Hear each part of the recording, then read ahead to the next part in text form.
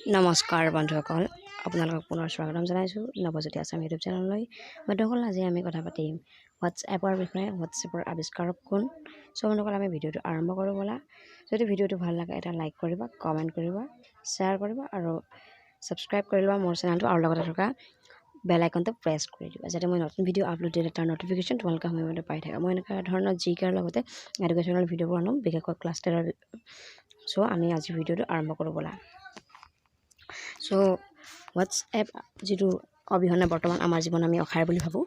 এই হোৱাটছএপৰ আৱিষ্কাৰ হৈছে জন কৌম আৰু ব্ৰাইন এক্টন 2014 চনৰ ফেব্ৰুৱাৰী মাহত তেওঁলোক দুয়ে হোৱাটছএপ আৱিষ্কাৰ কৰিছিলে। জন কৌম এণ্ড ব্ৰাইন এক্টন 2014 চনৰ ফেব্ৰুৱাৰী মাহত। তোমালোকে যদি বিশ্বাস হোৱা নাই তেনেহ'লে এইটো গুগলত চাৰ্চ কৰি চাব পাৰা যে হু ইনভাইটেড হোৱাটছএপ, সেইবোৰ টানি চাব পাৰা, তাতে আহি যাব। চ' আজিৰ ভিডিঅ'টো ইমানতে আছিলে। যদি ভাল লাগিলে ভিডিঅ'টো লাইক কৰিব, কমেণ্ট কৰিব, শ্বেয়াৰ কৰিব, ছাবস্ক্ৰাইব কৰি দিব মোৰ চেনেলটো, লগতে প্ৰেছ কৰি দিব বেল আইকনটো। থেংকছ ফৰ ৱাচিং।